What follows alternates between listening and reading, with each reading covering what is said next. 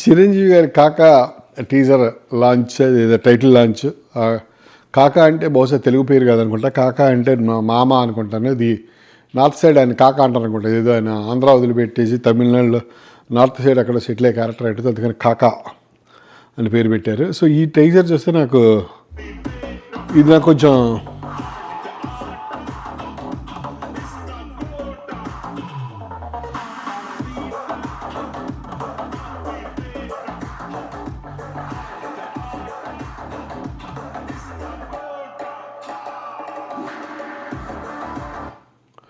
So నాకు ఏమనిపించింది అంటే ఇది లియో సినిమా గుర్తొచ్చింది.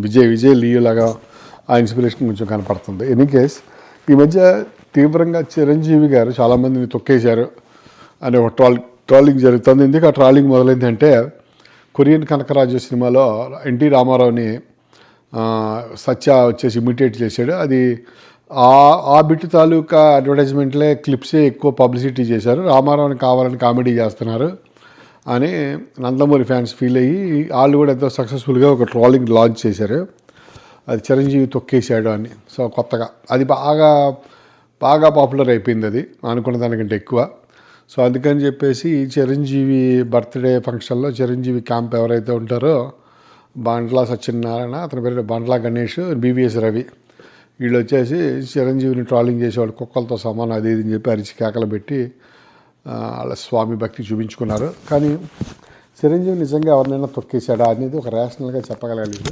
అరుపులు కేకల ఆవేశం పడితే ఉపయోగం లేదు.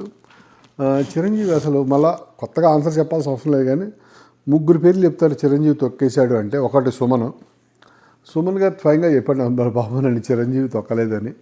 సుమన్ గారు ఒక పోలీస్ కేసులో అరెస్ట్ అయ్యాడు. ఆయన ఎవరో వాళ్ళ ఫ్రెండ్ ఎవడో ఒక అమ్మాయిని లేపుకెళ్తే సంథింగ్ లైక్ దట్ సుమన్ని కూడా అరెస్ట్ చేశారు. ఎందుకంటే అందులో ఎత్తుకెళ్ళిన అమ్మాయి ఎస్పీ కూతురు ఏదో సంథింగ్ లైక్ దట్. సో అది ఆ కేసు. అది వాళ్ళు రాజకీయంగా స్ట్రాంగ్గా ఉన్నారు కాబట్టి కేసు గట్టిగా పెట్టారు. సో అప్పట్లో చిరంజీవి కూడా కొత్త హీరో కాబట్టి సుమన్ని లోపలేసేంత పొలిటికల్ పలుకుబడి చిరంజీవి గారికి ఉంటుందని నేను అనుకోను. అసలు చిరంజీవి గారికి సుమన్ని తొక్కాల్సిన అవసరం లేదు. సుమన్ చిరంజీవి కాంపిటీషన్ అవ్వచ్చు, భానుచంద్ర కాంపిటీషన్ అవ్వచ్చు, బాలకృష్ణ కాంపిటీషన్ అవ్వచ్చు, వాళ్ళందరి పని చిరంజీవి ఎందుకు పెట్టుకోవాలి? ఓకే. సో తర్వాత రెండోవాడు రాజశేఖర్ తోటి గొడవ ఉంటుంది. ఆయన స్టైల్ వేరు, ఈయన స్టైల్ వేరు. ఒకటే రమణ అనే సినిమాలో స్టోరీ నేను కొందాం అనుకున్నాను కానీ ప్రొడ్యూసర్ చిరంజీవికి ఇచ్చేసాడు అన్నట్టు.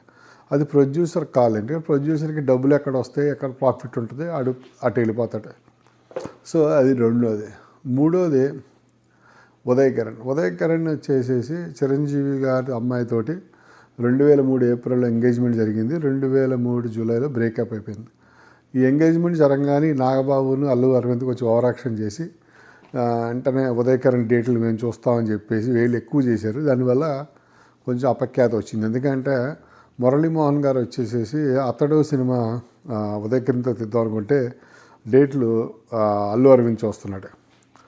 అప్పుడు డేట్లు ఇవ్వకపోవడం ఏదో జరిగింది. వీళ్ళు పూరి జగన్నాథ్ తోటి సినిమా తీద్దాం అనుకున్నారు ఉదయ్ కిరణ్ పెట్టి. సో అట్లా ఆడికి ఉన్న ఆపర్చునిటీ చెడగొట్టారు, వీళ్ళు సినిమా తీయలేదు. సో ఉదయ్ కిరణ్ తోటి ఎంగేజ్మెంట్ ఎందుకు బ్రేక్ అయిందంటే నివేదిత అనే అమ్మాయితోటి జర్నలిస్ట్ తోటి దీనికి ముందరే సంబంధం ఉంది. ఆ విషయం చిరంజీవి గారికి తెలిసింది, అందుకనే రిలేషన్ బ్రేక్ అయింది అన్నారు. అది ఒక గాసిప్ మటుకే. ఉదయ్ కిరణ్ చెప్పింది మనం నమ్మాలి. ఉదయ్ కిరణ్ ఏం చెప్పాడంటే మా ఇద్దరికి కూడా కంపాటబిలిటీ లేదు, ఏదో వాళ్ళు అప్పుడు 22-23 సంవత్సరాలు ఏదో చేసుకుందాం అనుకున్నారు. ఈ లోపల 1-to-1 మాట్లాడుకున్నప్పుడు కంపాటబిలిటీ ఉండదు. ఓకే. సో న్యాచురల్గా ఆ తర్వాత ఉదయ్ కిరణ్కి సురేష్ ప్రొడక్షన్స్ వాళ్ళ సినిమాలు, ఆర్బీ చౌదరి సినిమాలు, ఆ తర్వాత తేజ సినిమాలు, ఇలా చాలా సినిమాలు రిలీజ్ అయినాయి. చనిపోవడానికి 1 సంవత్సరం ముందు కూడా అతను హీరోగానే యాక్ట్ చేసాడు.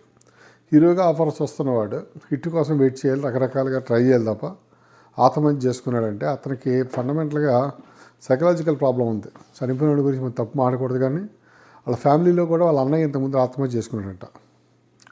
సో చిరంజీవి గారు తొక్కేశారు అంటే ఇప్పుడు ధనుష్ ఉన్నాడు, రజనీకాంత్ గారి అమ్మాయితోటి డైవర్స్ అయింది. రజనీకాంత్ తొక్కగలిగాడా ధనుష్ని? ధనుషే కావాలంటే రజనీకాంత్ తొక్కేస్తాడు. సో మనం ఎప్పుడు కూడా ఒకరి దగ్గర తొక్కించుకోకూడదు. తొక్కించుకునేవాడు దురదృష్టం అది. తర్వాత ఇంకోటి కృష్ణ గారి సినిమాలు అప్పుడు రామారావుని ఛాలెంజ్ చేస్తే రామారావు ప్రొడ్యూసర్ కూడా కృష్ణతోటి సినిమాలు తీయలేదు. అంత మాత్రం కృష్ణకి సినిమాలు ఆగినాయా? అంటే సింహాసనం లాంటి పెద్ద సినిమాలు తీసాడు. సో కొడుకు దగ్గర కాపురం తీసుకున్నాడు. కొడుకుని బాలకృష్ణ కంటే పెద్ద హీరో మహేష్ బాబు.